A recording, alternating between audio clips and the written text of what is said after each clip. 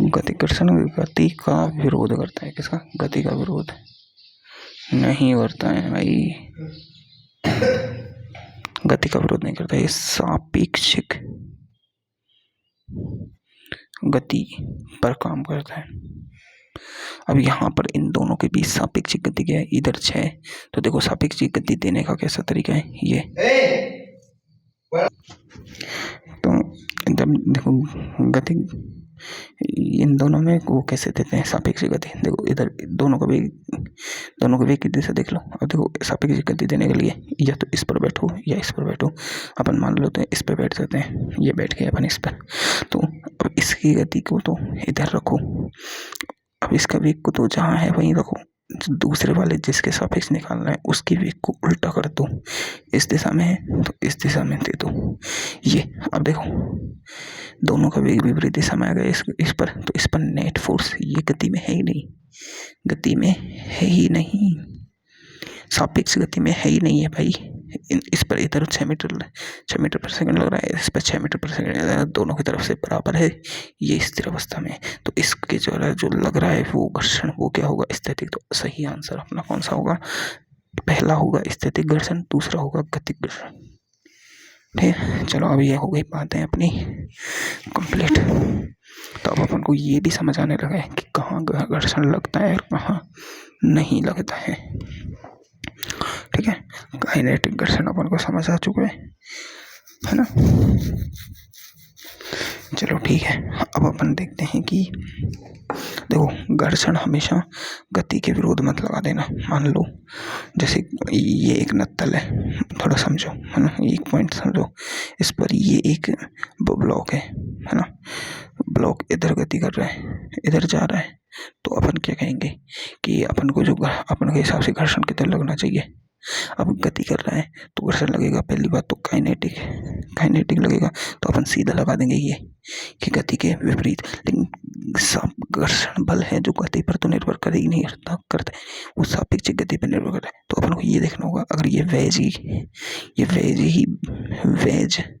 Veg खुद इधर जा रहा हो तो, और ये 4 मीटर पर सेकंड से जा रहा है और ये 2 से ही जा रहा है इधर, तो तुमने सापेक्षिक गति के हिसाब से तो ये बॉक्स इधर जा रहा है ना 2 मीटर पर सेकंड से, तो घर्षण पीछे को लगेगा ना, है ना। तो ये वाली बात हमेशा याद रखना, सापेक्षिक गति को देखकर घर्षण लगाना है।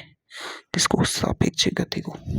ये इम्पोर्टेंट है। चलो अब है ना, अब अपन नेक्स्ट क्वेश्चन देखते हैं कि मान लो ये एक वॉल है, घर्षण वाली वॉल है ना, घर्षण रहित नहीं है।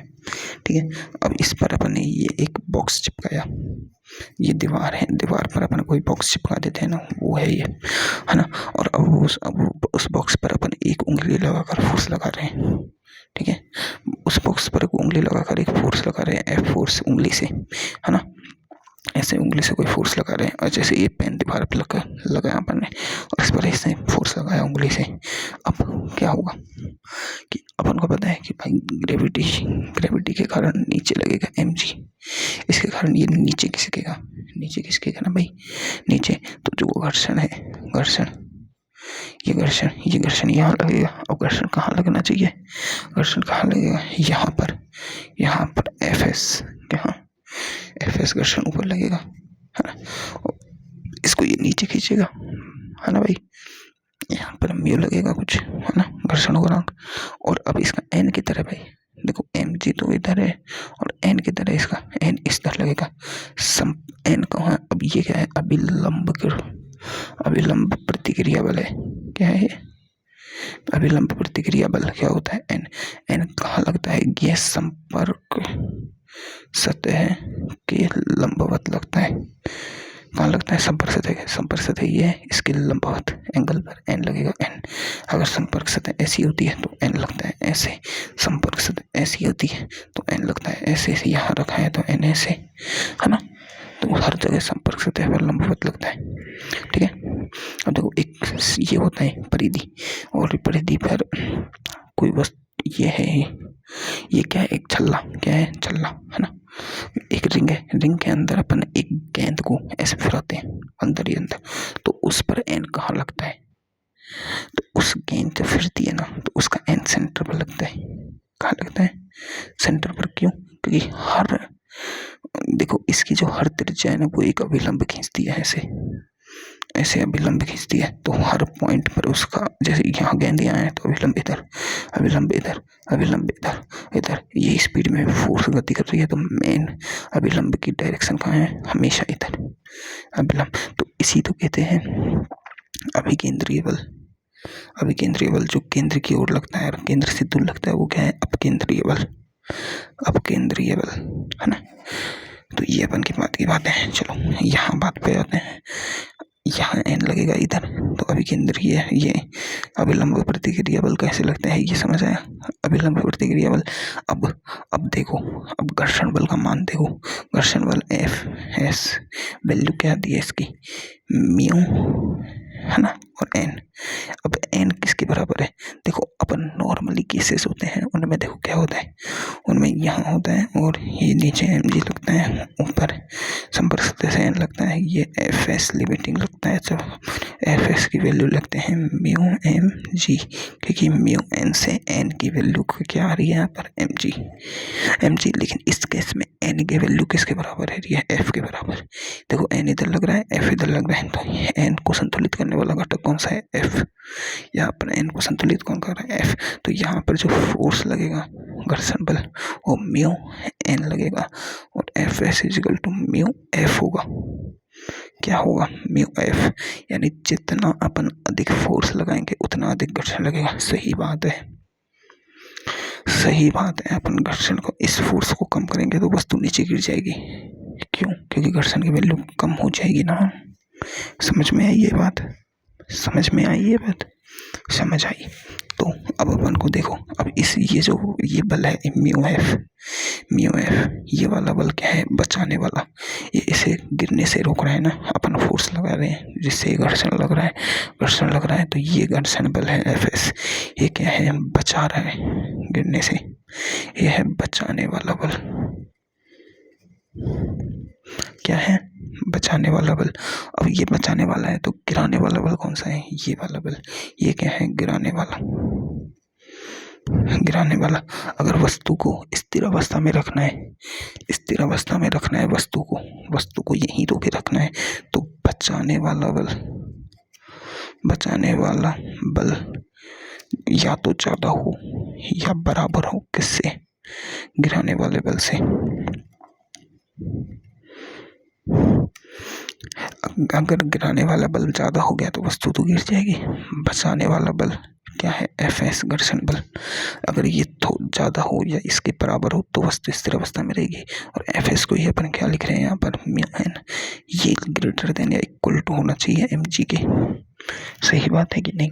तो म्यू एन की जगह अपन क्या लिख सकते हैं? म्यू एफ, है ना।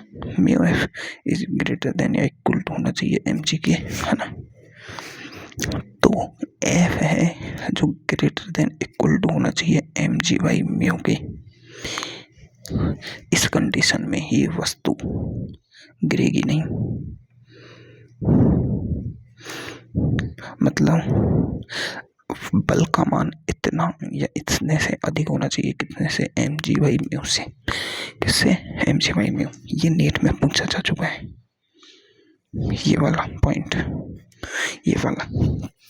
क्या क्या दिया है? क्वेश्चन दिया था ये वाला कि एक ये दी दीवार, इस दीवार से बोला था कि एक सतह है लंबवत, इससे एक बॉक्स एम, द्रव्यमान का बॉक्स एम जी, इस पर नीचे फोर्स लग रहा है एम जी और इस पर अपन अगर एफ फोर्स लगाए और घर्षण गुणांक म्यू की वैल्यू दे रखी थी, द्रव्यमान दे रखा था, फोर्स दे रखा था, है ना। फोर्स दे रखा था, म्यू दे रखा था, एम जी दे रखा था और पूछा था कि क्या वस्तु नीचे गिरेगी या नहीं। तो उसमें क्या लगाना था अपन को कि F greater than equal to M G by mu. क्या लगाना था? F greater than equal to M G by mu लगाना था। ठीक है।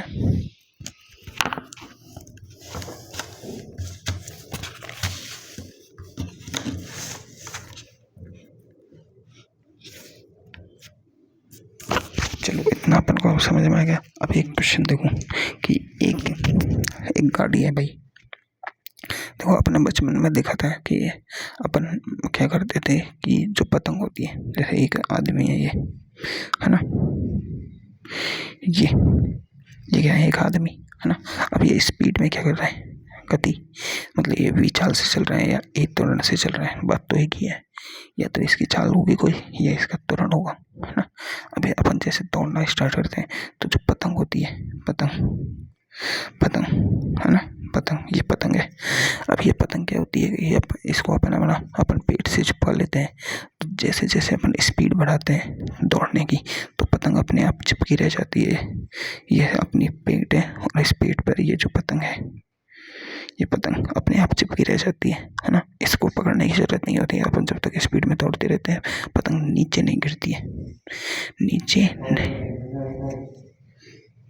पतंग है जो नीचे नहीं गिरती है। क्यों? क्योंकि अपन ने स्पीड बढ़ाई है ना, स्पीड बढ़ाई है। तो देखो अपन छतंबल पढ़ चुके हैं ना, तो अब मैं देखो इसी का एक क्वेश्चन कराता हूँ। तो पतंग नीचे क्यों नहीं गिरती है, यही कॉन्सेप्ट अपन सीखने वाले हैं कि अपन जब इस वेग बढ़ाते हैं, अपन दौड़ना तेज करते हैं, तो जब पतंग होती है वो गिरती क्यों नहीं है नीचे। पतंग या फिर कोई भी थैली या फिर कोई भी कपड़ा, वो गिरता क्यों नहीं है नीचे। और अपन जैसे ही रुकते हैं वो गिर जाती है। मतलब जब अपन दौड़ते हैं तो उस पतंग या फिर कोई भी थैली है, उसके ऊपर बाहर से कोई बल लगता है, शूडो फोर्स लगता है, मतलब छदम बल लगता है, जो उस वस्तु को अपने से चिपकाए रखने में मदद करता है। लगता है कि नहीं है, शूडो फोर्स लगता है। तो अब उसी कॉन्सेप्ट को समझते हैं। तो इस क्वेश्चन में कह रहा है कि एक ट्रक है, ये क्या है, ट्रक, ठीक है ना। अभी ये ए त्वरण से गति कर रहा है, किससे, ए त्वरण से। ये ट्रक ए त्वरण से गति कर रहा है और इसके आगे एक एम द्रव्यमान का बॉक्स चिपका हुआ है, ये एम द्रव्यमान का बॉक्स।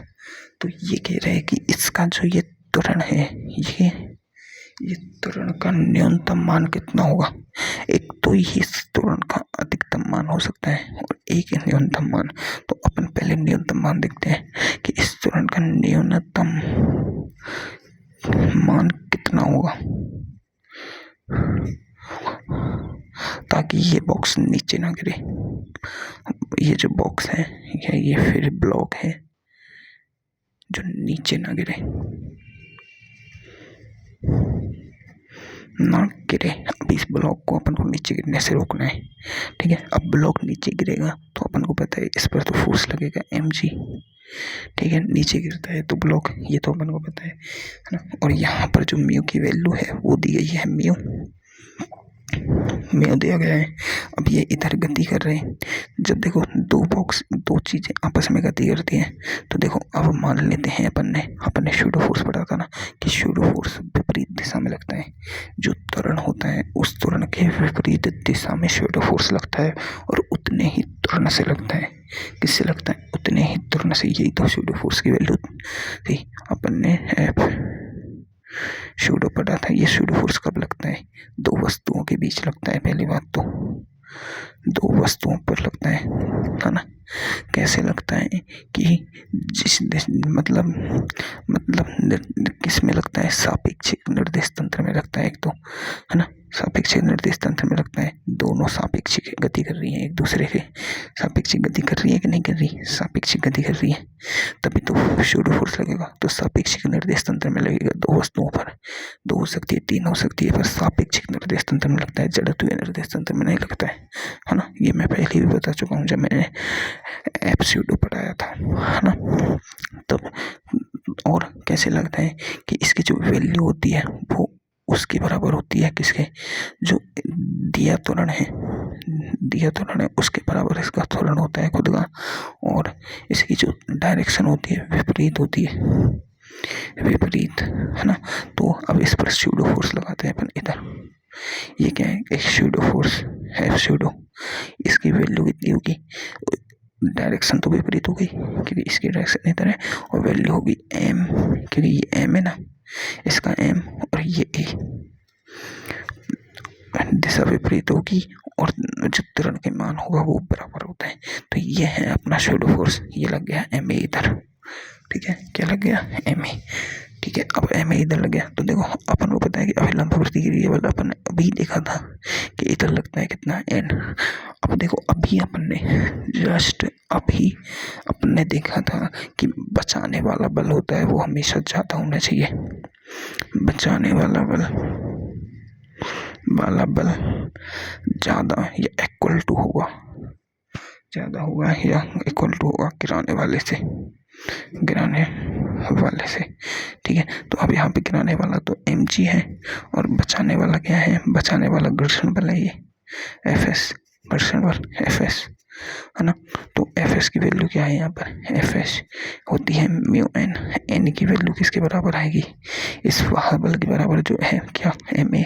तो म्यू एम ए ये है बचाने वाला बल अपना, तो म्यू एम ए ये आएगा एम जी। तो यहाँ से देखो एम से तो एम गया, ए की वैल्यू आएगी जो greater than equal to G by mu आएगी, क्या आएगी, जी बाई म्यू, यानी इसके बराबर या इससे ज़्यादा इसकी वैल्यू होनी चाहिए, है ना, इसके बराबर या इससे ज़्यादा इसकी वैल्यू होनी चाहिए।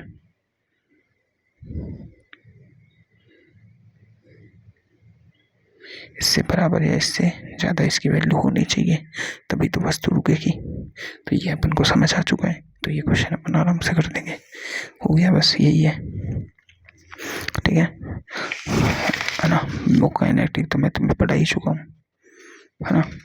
त्वरण निकालना, देखो कोई भी वस्तु है उसका त्वरण कैसे निकालेंगे अपन भाई, त्वरण निकालना आसान है भाई, कुल बल बटे एफ टोटल बटे एम ही कर देना है अपन को। कभी भी देखो एन एल एम में त्वरण निकालना चाहिए,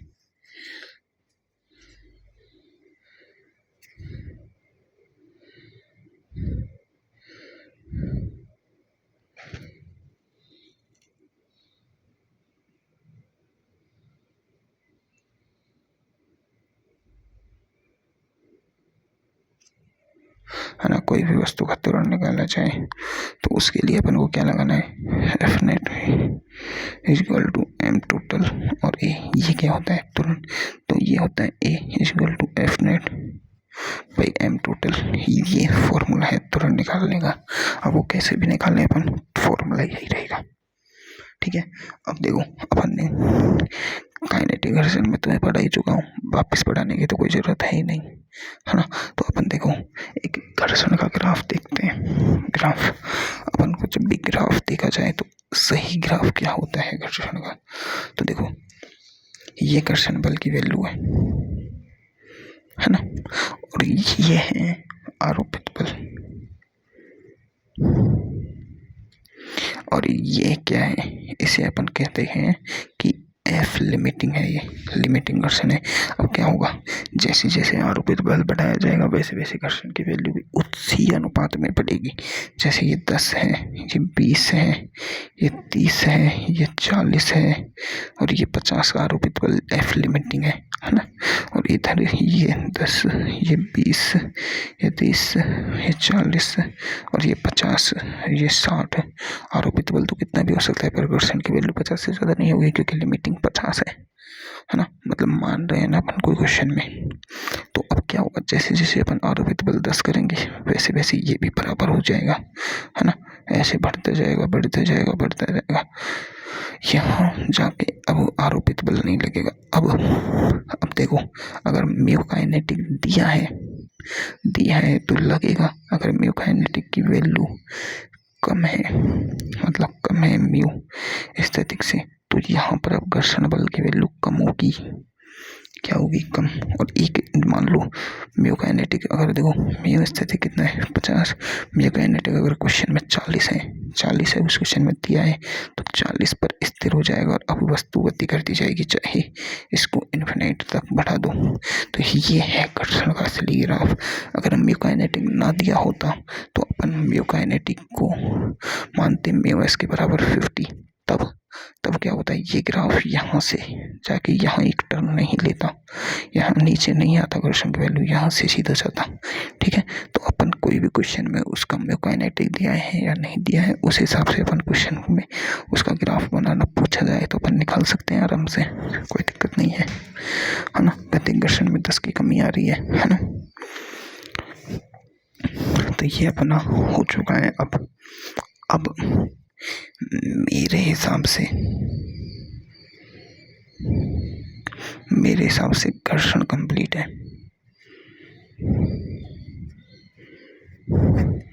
मेरे हिसाब से घर्षण कंप्लीट है। अब बस प्रैक्टिस है।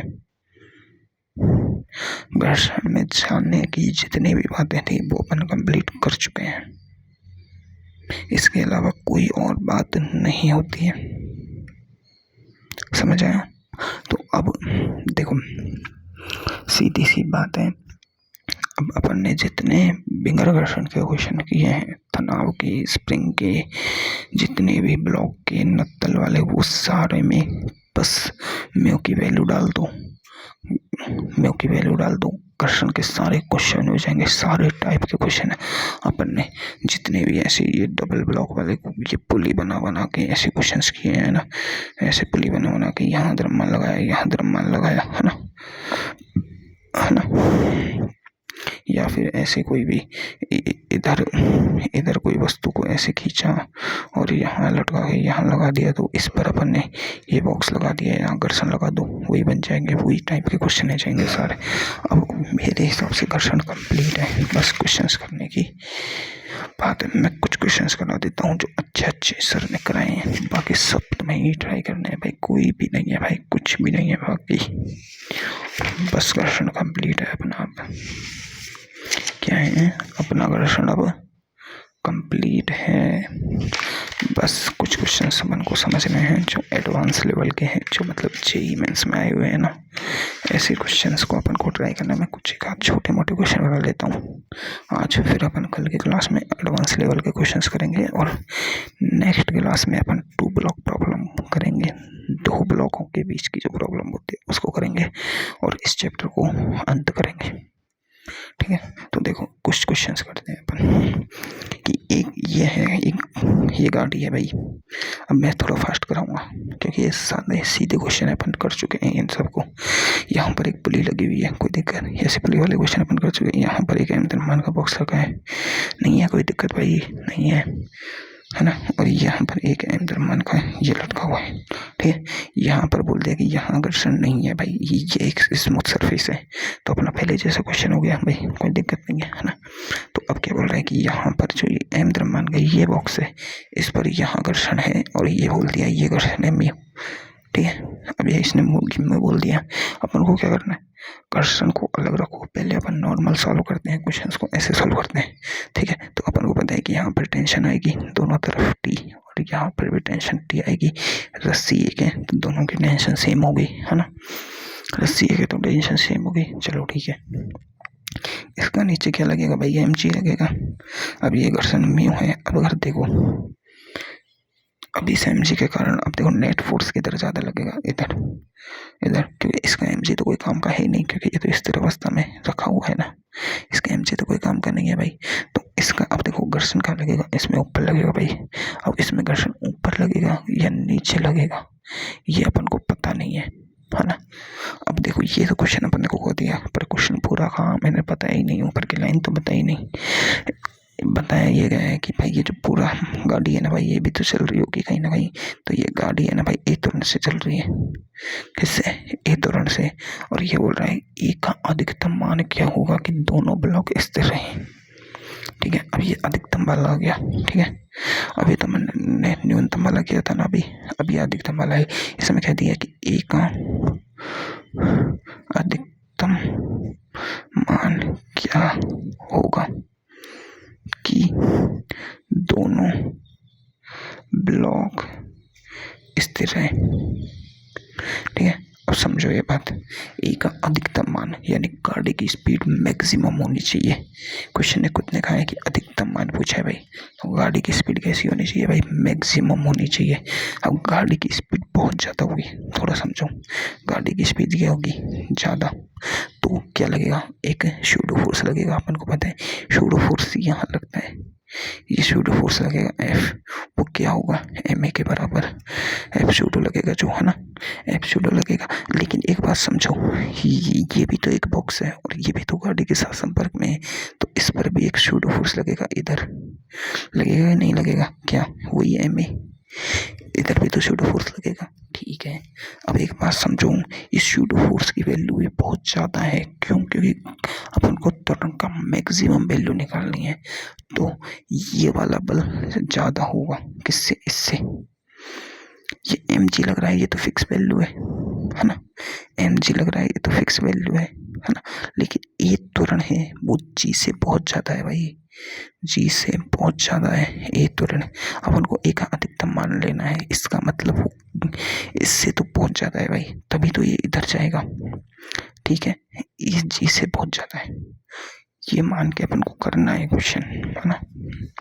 ठीक है, तो अब अगर अपन देखें तो अब म्यू तो यहाँ लग रहा है, तो अब ये क्या करेगा, ये इसको ये पीछे ढकेलेगा, यहाँ पर घर्षण इन सतह है, म्यू बराबर 0 है, तो ये एम द्रव्यमान के बॉक्स पर इधर तो टेंशन टी लग रही है भाई, है ना, इधर टेंशन ऐसे टी लग रही है ना, इधर नहीं, इधर इधर टेंशन टी लग रही है, इधर एम ए लग रहा है, एम ए की वैल्यू ज़्यादा है, एम ए की वैल्यू ज़्यादा है, तो भाई ये क्या करेगा, इसको इधर खींचने की कोशिश करेगा, किधर, इधर, इसको इधर खींचने की कोशिश करेगा, तो अब इसका एम, इसका द्रव्यमान बनाए, तो देखो स्थिर अवस्था में रहे, पहली बात तो ये क्या बोला कि दोनों स्थिर रहे, तो ये जो एम द्रव्यमान है इस पर एक तो टेंशन टी इधर लग रही है, इधर एम ए लग रहा है ना, तो स्थिर रहने के लिए टी बराबर क्या होना चाहिए, एम ए, टी बराबर क्या होना चाहिए, एम ए, है ना। अब ये वाली एक समीकरण बन गई, अपन को स्थिर रहनी नहीं। अब देखो इस वाले बॉक्स को देखो, इस पर एम जी नीचे लग रहा है ना, और इस पर एक सूडो फोर्स एफ बराबर एम ए इधर लग रहा है ना, और एक इस पर टेंशन, इस पुली, ये पुली लटक रही है, इसके कारण जो टेंशन लग रही है इधर वो टी ये लग रही है ना, टी ये लग रही है। अब ये बताओ, और ये गाड़ी है भाई, ये गाड़ी है ना, ये गाड़ी है, तो इस पर अब घर्षण किधर लगाएं भाई, अपन ऊपर लगाएं कि नीचे लगाएं, क्योंकि अपन को पता है कि स्थिर रखने के लिए tension equal to M G की वैल्यू होनी ही चाहिए, सही बात है कि नहीं, tension equal to M G होना ही चाहिए, तभी तो ये स्थिर रहेगा इस जगह पे, दोनों ब्लॉक स्थिर रहें, कंडीशन है दोनों ब्लॉक स्थिर रहें, तो टी बराबर एम जी तो होना चाहिए, लेकिन घर्षण तो लगेगा भाई, क्यों, क्योंकि अपन ने एक्स्ट्रा फोर्स लगाया है, यहाँ पर अविलंब प्रतिक्रिया बल लगेगा, और यहाँ पर म्यू भी दिया हुआ है, तो घर्षण तो लगेगा, घर्षण या तो ऊपर लगेगा या नीचे लगेगा। अब कंडीशन समझो मेरी बात, घर्षण बल की वैल्यू क्या होगी, यहाँ पर ये तो निकाल सकते हैं अपन, घर्षण बल की वैल्यू क्या होगी, एफ एस इक्वल टू होगा म्यू एन, तो म्यू एन की वैल्यू क्या है, एम ए, एफ एस, ए की वैल्यू बहुत ज़्यादा है भाई, ए की वैल्यू ज़्यादा है, समझो ए की वैल्यू ज़्यादा है, तो ये जो बचाने वाला बल है, घर्षण वाला बल, ये अब गिराने वाला है, क्या है, गिराने वाला, क्यों, ये अब बचाने वाला नहीं है भाई, बचाने वाला टेंशन है सर, जो इसको ऊपर खींच रहा है, नीचे एम जी लग रहा है, अगर घर्षण बल को अपन ऊपर लगा दें, तो ये ए तो पहले ही ज़्यादा है जी से, ए तो पहले ही ज़्यादा है जी से, तो टी प्लस अगर घर्षण बल एफ एस ऊपर लगे, म्यू एफ एस ऊपर लगे, तो T plus F S net force यही तो होगा, एफ एस इक्वल टू क्या होगा, एम जी,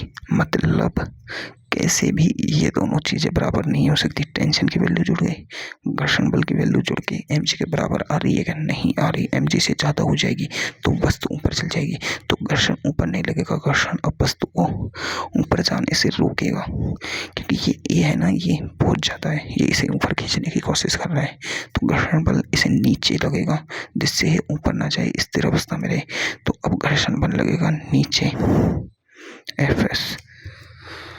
अपन ने पहले के क्वेश्चंस में देखा घर्षण बल ऊपर लग रहा था, क्यों, क्योंकि अपन वहां न्यूनतम मान निकाल रहे थे, एक का न्यूनतम मान, यहाँ एक का अधिकतम मान निकालना है अपन को स्थिर रहने के लिए, और एक का अधिकतम मान मतलब गाड़ी बहुत ही ज़्यादा त्वरण से चल रही है, बहुत ज़्यादा एक्सेलरेट है, मतलब 80 90 100 से भी ऊपर, ऐसे मान लो, मतलब बहुत ज़्यादा एक्सेलरेट है, तो घर्षण कहाँ लगेगा, नीचे, तो अब कंडीशन क्या बनेगी, टी बराबर M G plus F S. तो टी बराबर क्या बनेगी, एम जी और एफ एस की वैल्यू है म्यू एम ए।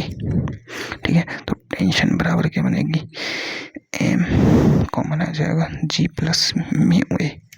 ठीक है, एक टेंशन की वैल्यू ये, एक टेंशन की वैल्यू ये, तो यहाँ रख दो। इन दोनों में एक दूसरे की वैल्यू पुट करेंगे ना अपन।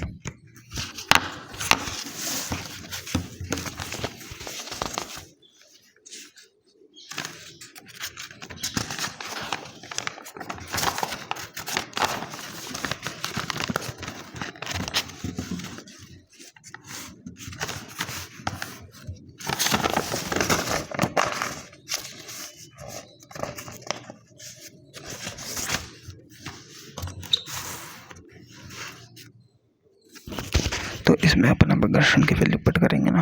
कैसे पुट करते हैं, देखो देखो, एक समीकरण तो टी बराबर अपनी एम ए आई थी पहली समीकरण, और दूसरी समीकरण आ रही है टी बराबर M G plus mu M A. ठीक है, इसमें इसकी वैल्यू पुट करते हैं, तो यहाँ M A equal to M G plus mu M G करते हैं। तो देखो एम से एम गया, तो ए इक्वल टू क्या आ रहा है, जी प्लस म्यू ए। अब इसको अब अपन को निकालना क्या है भाई, निकालना ये है अपन को अधिकतम त्वरण की वैल्यू तो निकालनी है। तो A minus mu A equal to G करते हैं, ए को कॉमन लेते हैं, 1 minus mu equal to G. अब ए को इधर लेते हैं तो जी बाई 1 माइनस म्यू, ये आएगी ए की अधिकतम वैल्यू। ए अधिकतम इसके बराबर हो सकता है, इससे ज़्यादा अगर ए हुआ तो भाई वो ब्लॉक्स हैं जो ऊपर जाके फिर पीछे गिरेंगे, ऊपर जाके गिरेंगे, है ना। अब अगर इसी क्वेश्चन में ये जो क्वेश्चन है, ये वाला क्वेश्चन है ना अपना, ये इस पर ये ब्लॉक है, एक ये वाला ब्लॉक है, और ये पुली लगी हुई है, ये इधर लग रही है, इधर टेंशन है, इधर टेंशन है, ये एम है, इधर एम है, म्यू इधर है, नीचे एम जी लग रहा है, और ये ए तुरंत से गति कर रहा है। अब कहा जाए कि गाड़ी का एक का न्यूनतम मान निकालो, न्यूनतम मान निकालो। अब ये मैंने कॉपी में कर नहीं रखा है ना, तो ये तुमको करना, अब मैं खुद कराऊंगा ना, जब तुमको खुद को कॉपी में करना। न्यूनतम मान बताओ कि ब्लॉक स्थिर रहे। अब देखो न्यूनतम मान पूछा है कि मतलब एक ही कम से कम वैल्यू, कम से कम वैल्यू। अब एक ही कम से कम वैल्यू के लिए अपन को क्या करना होगा, तो इसका एक बड़ा डायग्राम बनाते हैं। देखो अब ये ब्लॉक है एम द्रव्यमान का, ये पुली है भाई, ये लटकेगी इधर टेंशन, ये टेंशन इधर लगेगी, और इसके लिए टेंशन इधर लगेगी, और ये एम द्रव्यमान का पक्ष है। और देखो ये ए तुरंत से इधर से गति करेगा, है ना, तो इस पर स्यूडो फोर्स लगेगा वही एम ए इधर, और इस पर भी लगेगा एम ए इधर। तो इधर तो इसका एफ बी डी बनाते हैं, तो समीकरण क्या बनेगी, T equal to M A. स्थिर अवस्था के लिए, स्थिर अवस्था के लिए T equal to M A बनेगी इसकी समीकरण, अगर ये स्थिर अवस्था में रहे, है ना। तो अब देखो इसकी समीकरण क्या बनेगी, इधर एम जी लगेगा।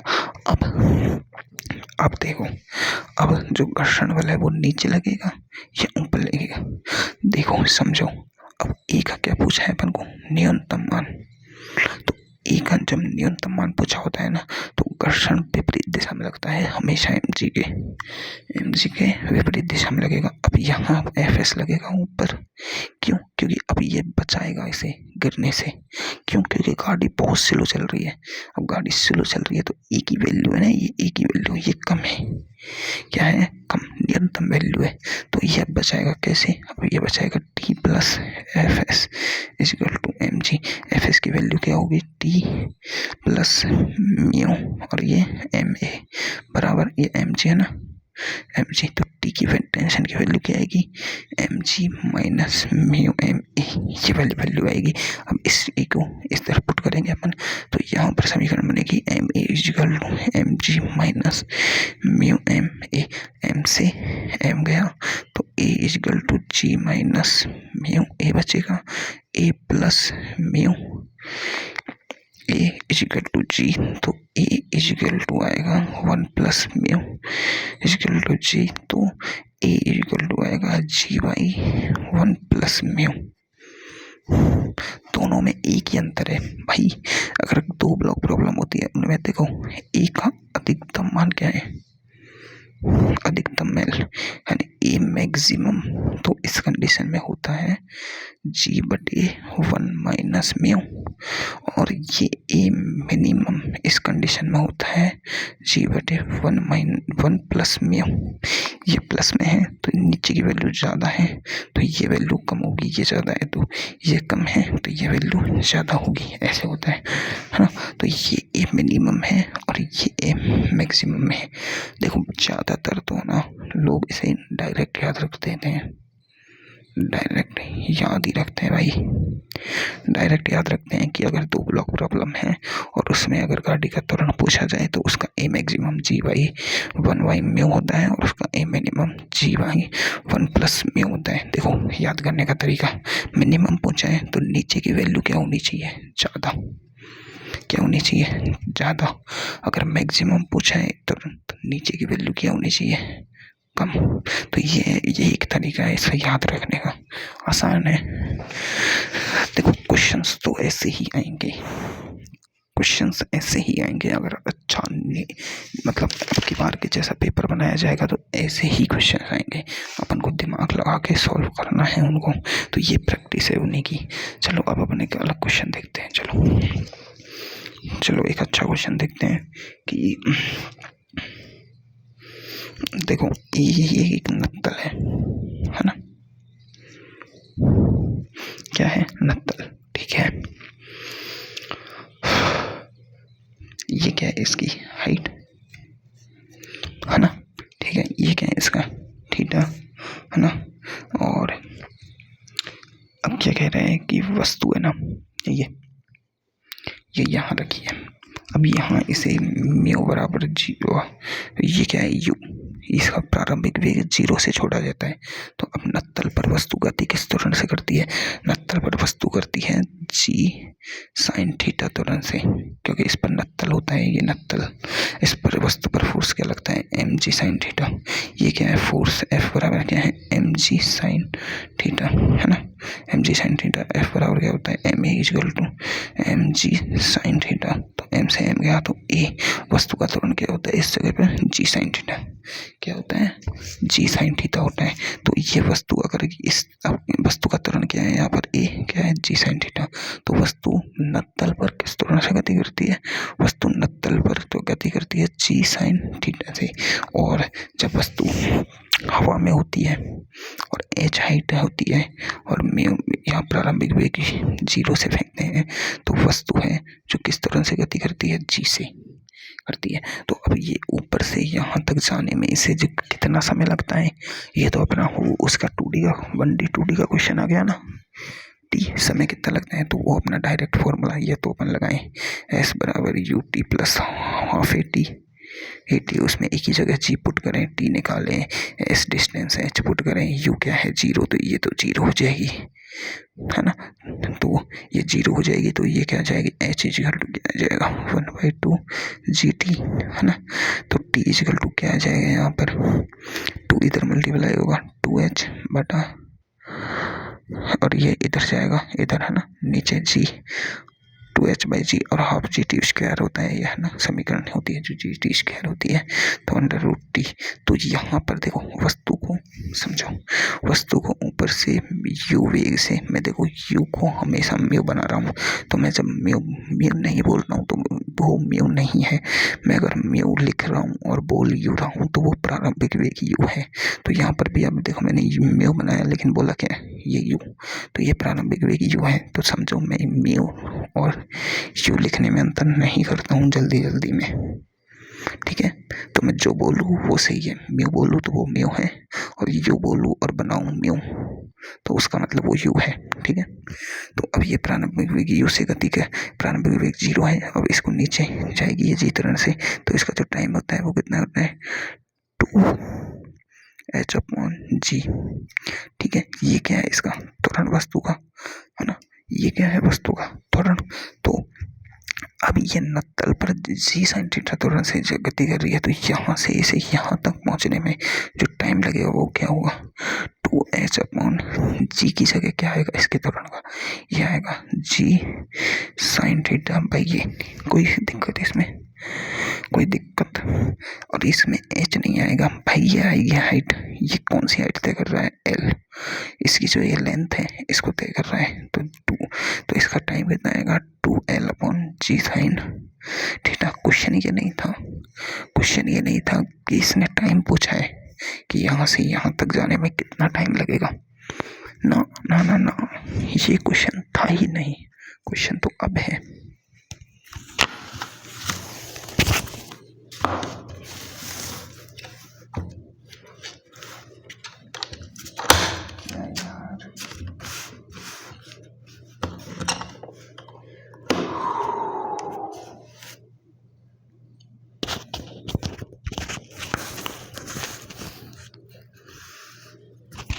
देखो क्वेश्चन तो अब है। क्वेश्चन क्या कह रहा है कि भाई ये रत्तल है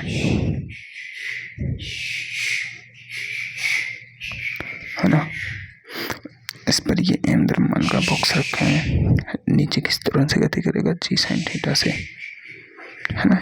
G sin थीटा लगेगा, या फिर फोर्स कह सकते हैं अपन, mg sin थीटा फोर्स लगेगा, है ना। और ये गति कर रहा है a त्वरण से, ठीक है, a त्वरण से गति कर रहा है ना। तो अब इसमें a का मान पूछा है कि जब अगर घर्षण उपस्थित हो तो नत्तल पर जो, अगर ये घर्षण वाली सतह है, यहाँ पर म्यू दिया हुआ है, क्या दिया है? म्यू दिया हुआ है। तो a त्वरण से गति कर रहा है, तो a का मान हुआ। अब देखो a का मान घर्षण नहीं होता है, घर्षण नहीं होता है, तब a का मान क्या होता है? G sin theta. G sin theta ही तो होता है, क्योंकि उस पर घर्षण नहीं है, तो फोर्स, यही फोर्स लग रहा है mg sin थीटा। अब घर्षण है तो घर्षण लगेगा इधर, घर्षण लगेगा क्या? Fs। अब अपन को Fs निकालना होगा कि नहीं होगा भाई? घर्षण निकालना होगा। तो अब इसका देखो, अब अपन को क्या निकालना है? सबसे देखो Fs लिखने के लिए अपन को, Fs की वैल्यू लिखने के लिए म्यू n की वैल्यू चाहिए।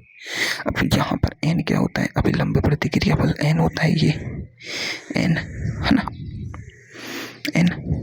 अभिलंब प्रतिक्रिया बल क्या होता है? n। अब ये n कैसे लिखना है? देखो n निकालने का तरीका देखो, ये तो होता है mg sin थीटा इधर, है ना।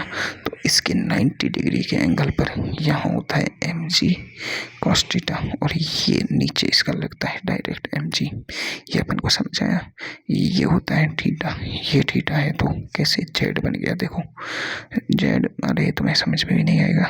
ये और ये नहीं, मतलब ये थीटा होता है, तो ये थीटा होता है, और ये होता है mg cos थीटा, ये बनता है mg sin theta.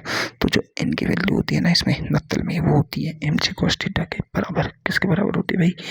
mg cos theta के बराबर। अब देखो, अब अपन के पास ये है ब्लॉक, इसका बनाते हैं अपन FBD। इधर लग रहा है mg sin थीटा, इसका ये पूछा है a, और इस पर ये फोर्स लग रहा है Fs, जिस, है ना, और इस पर ये लग रहा है अभिलंब प्रतिक्रिया बल, और जिसकी वैल्यू है mg cos थीटा के बराबर। तो पहली समीकरण n इजिकल टू क्या है? mg cos थीटा के बराबर, और Fs इजिकल टू क्या है? म्यू n के बराबर। तो Fs इजिकल टू क्या है? म्यू mg cos थीटा के बराबर। और अपन को वस्तु का त्वरण निकालना है, तो देखो अब इसका FBD बनाओ। देखो ये m द्रव्यमान का है, इस पर ये फोर्स लग रहा है mg sin थीटा, ये फोर्स लग रहा है इस पर Fs, और वस्तु गति कर रही है इधर। जिस तरह त्वरण होता है वो वाला फोर्स ज़्यादा होता है, तो अपन को क्या लगाना है? F net equal to m total a, है ना। तो F net क्या है? देखो ये वाला फोर्स ज़्यादा है, क्योंकि वस्तु का त्वरण इस दिशा में, है ना, वस्तु का त्वरण इस दिशा में। तो क्वेश्चन में दिया है कि वस्तु नीचे त्वरण से गति कर रही है, ठीक है, क्वेश्चन में दिया है। मैंने क्वेश्चन पूरा नहीं लिख रखा है ना, पर क्वेश्चन में दिया हुआ है। तुम समझो कि तुमने तो डायरेक्शन ली थी नहीं।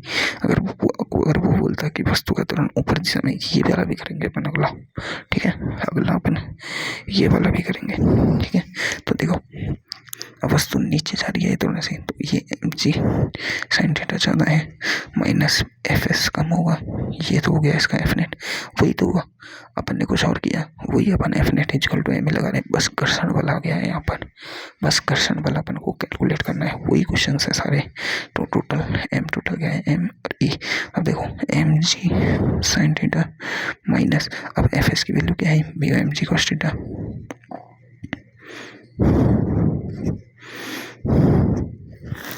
देखो ए से ये गया सब ए, तो ए की वैल्यू क्या आ रही है यहाँ पर, g sine theta minus mu जी कॉस थीटा।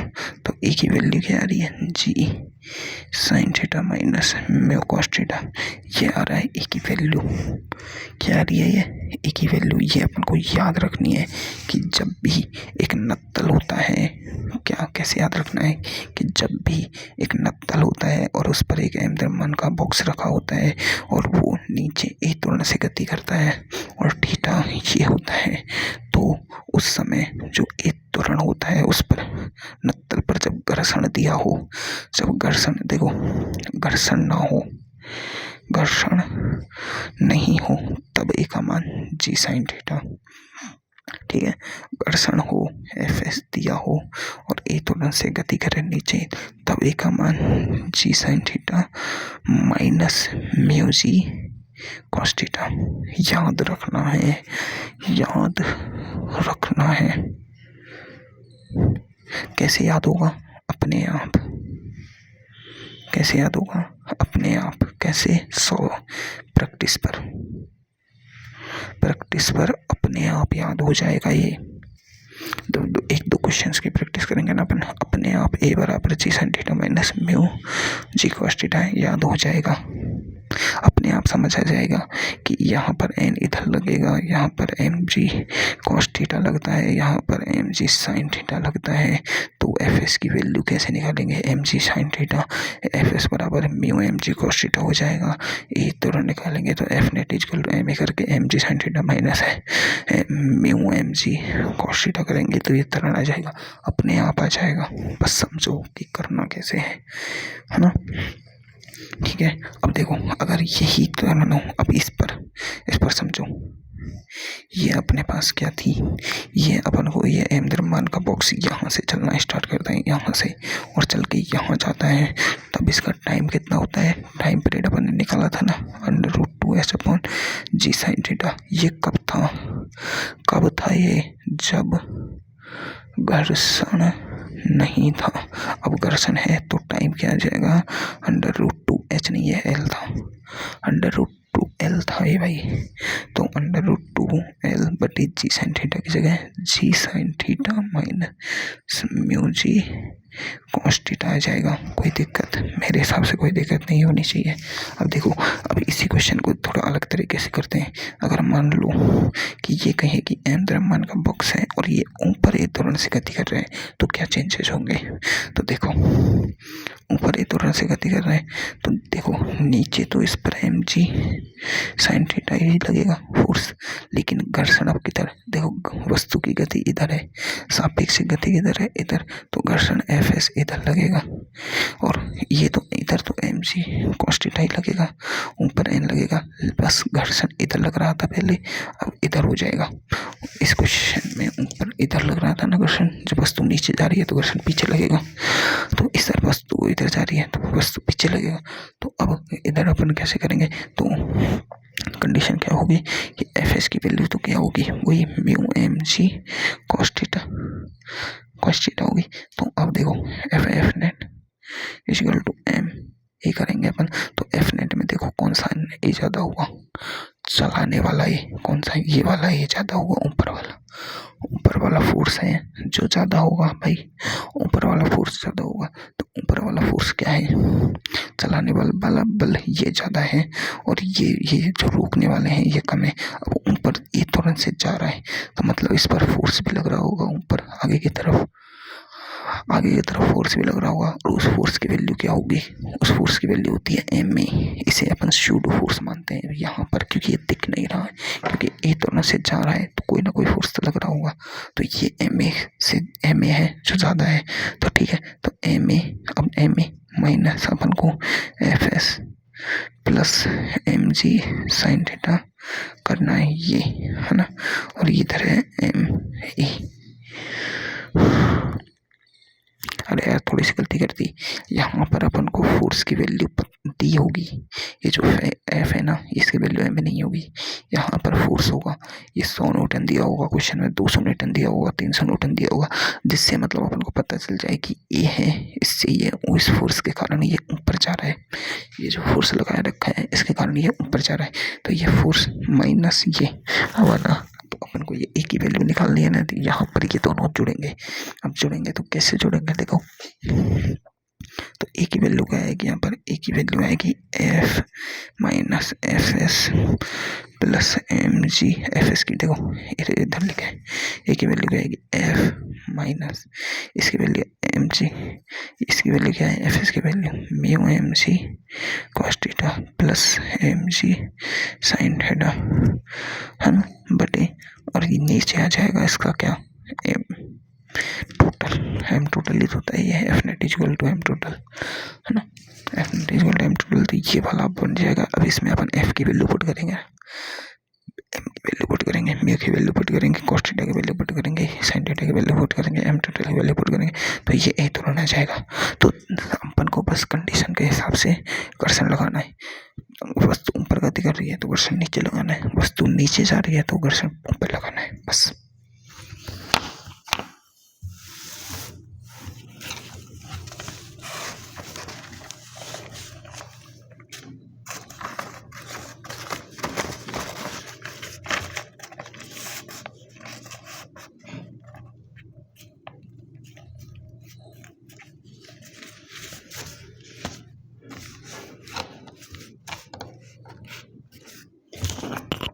अब देखो, अब जो नीट 2025 में आया क्वेश्चन और जेई मेन 2024 में, अब देखो एग्जांपल देखो, यही क्वेश्चन जेई मेन 2000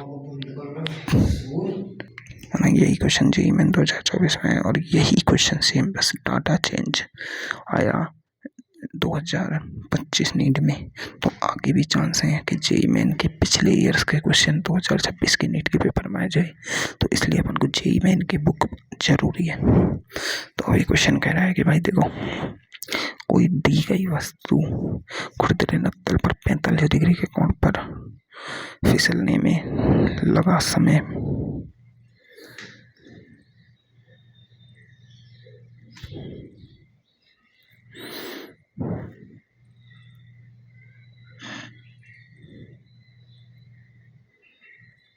अच्छा ठीक है, मैं समझ गया।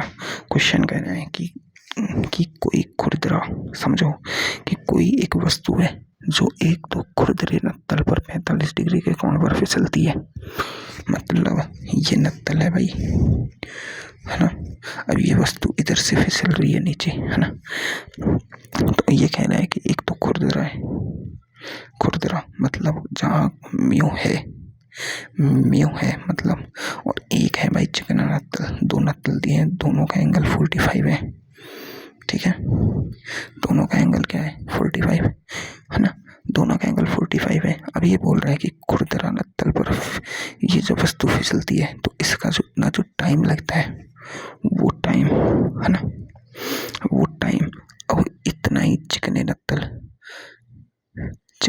है ना, चिकना मतलब म्यू बराबर 0 है, इस पर फिसलने में लगा जो टाइम है उसका n गुना है, मतलब इसका जो टाइम t है ना, अगर चिकने नत्तल पर फिसलने का टाइम t है तो इसका जो टाइम t डैश है, t डैश वो n टाइम्स है t की, ये कह रहा है।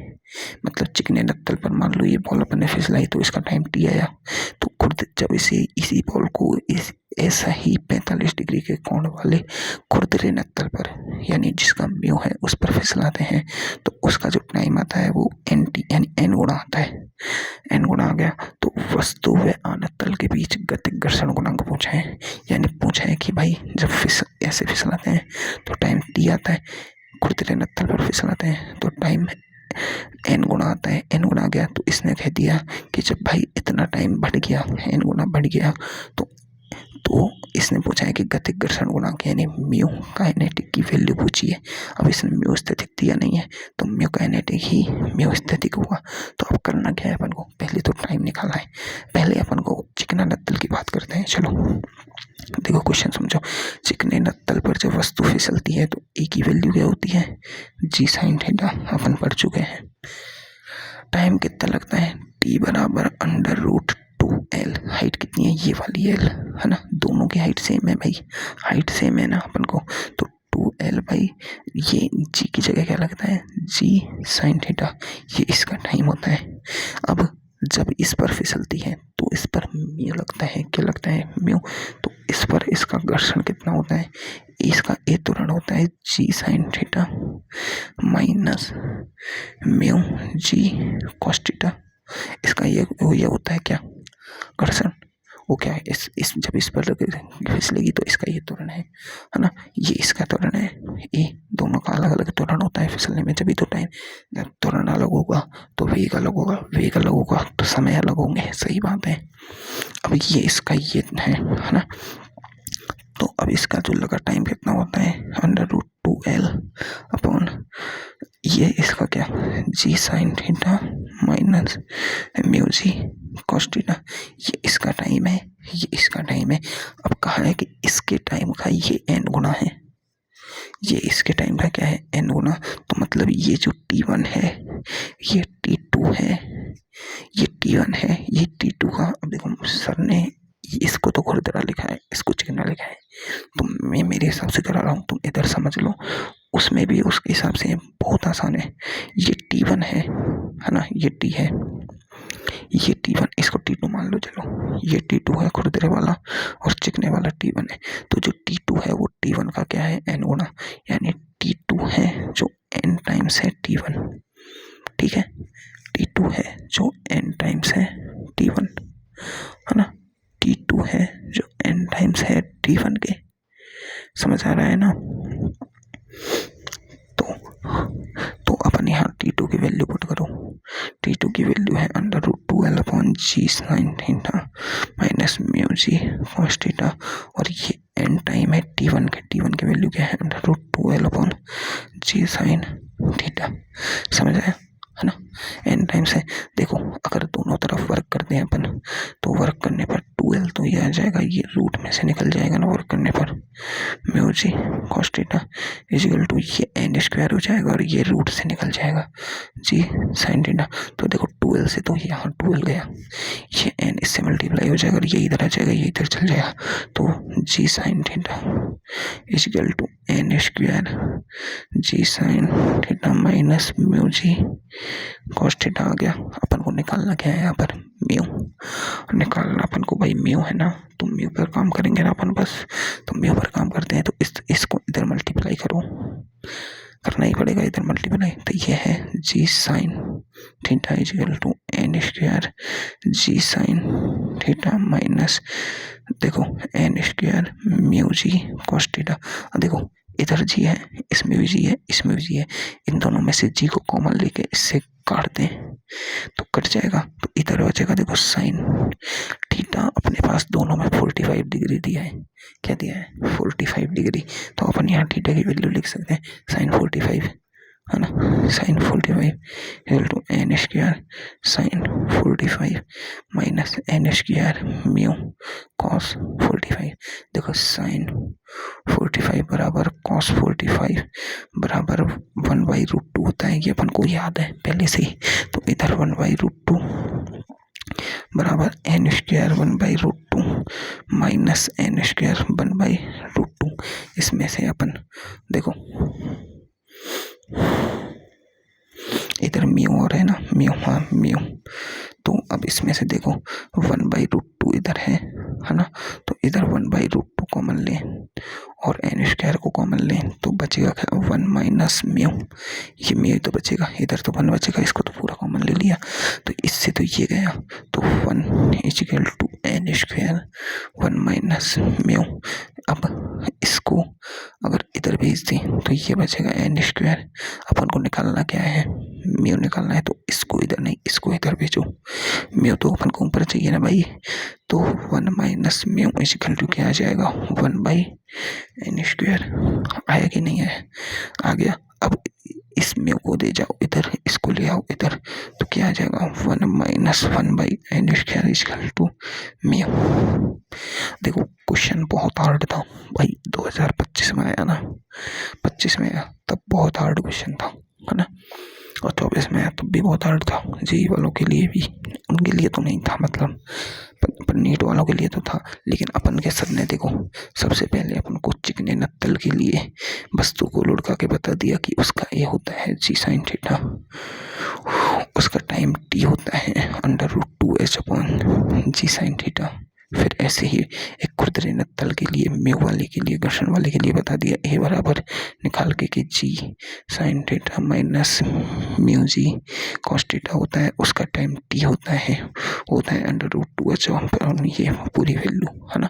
तो सर ने पहले ही अपन को ये जो बेसिक चीजें थी इस क्वेश्चन की, वो अपन को पहले ही करा दी। तो अब अपन को बस इसमें वैल्यू पुट करनी थी और थोड़ी सी मैथ लगा के सॉल्व करना था, तो क्वेश्चन आसानी से हो गया अपना। वरना क्वेश्चन बहुत अच्छा टफ था। और सर ने कहा है कि अगर ये क्वेश्चन ऐसा आया तो अपन को 25 में ये सबसे लास्ट में करना था। किसमें? लास्ट में। क्यों? क्योंकि इसमें टाइम लगाने वाला क्वेश्चन नहीं है। अब अगर ये अपने टेस्ट में आ जाए तो ये सबसे पहले करने वाला क्वेश्चन है। क्यों?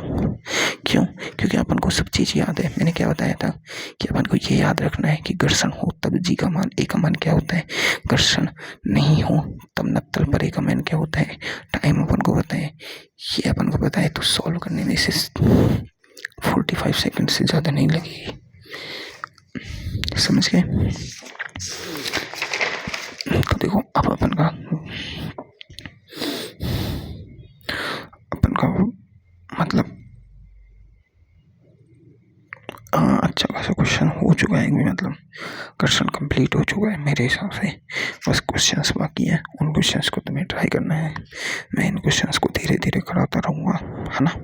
बस एक और चीज़ रह गई है, वो अपन को करनी है कि अगर दो ब्लॉकों पर अलग अलग घर्षण लगे, कि एक पर μ1 घर्षण लगे, एक पर μ2 घर्षण लगे, तो फिर क्या होगा, तो त्वरण का मान क्या होगा। ये थोड़ा एक अच्छा क्वेश्चन है, ये अपन को कल करना है ना।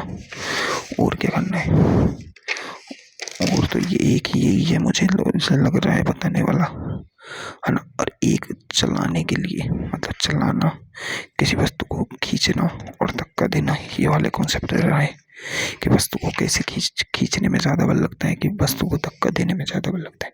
जैसे कोई ये वस्तु है ना, इस वस्तु को अपन या तो इस बल से खींचें, एफ बल से, या फिर एफ बल से धक्का दें, तो कौन से बल में ज़्यादा लगता है। तो देखो, वस्तु को खींचने में ज़्यादा बल लगता है, बजाय धक्का देने में। धक्का देना, वस्तु को धक्का देना आसान होता है खींचने के बजाय।